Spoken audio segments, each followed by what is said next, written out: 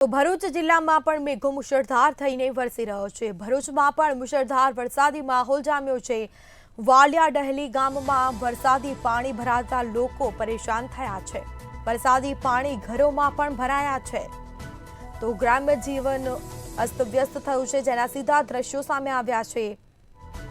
અનેક લોકો ફસાયા છે। લોકોના ઘરમાં પાણી ફરી વળતા ઘરવખરીને પણ મોટા પાયે નુકસાન પહોંચ્યું છે।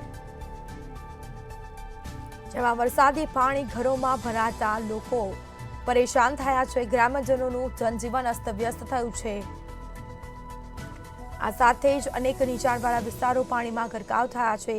રસ્તા પર જાણે નદીઓ વહેતી હોય તેવા દ્રશ્યો જોવા મળી રહ્યા છે, જેના કારણે લોકોને અવરજવર માટે મુશ્કેલીનો સામનો કરવાનો વારો આવ્યો।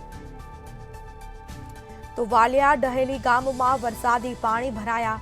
વરસાદી પાણી ઘરોમાં ભરાતા લોકો મુશ્કેલીમાં મુકાયા છે તો ગ્રામ્યજનોનું જનજીવન અસ્તવ્યસ્ત થયું છે।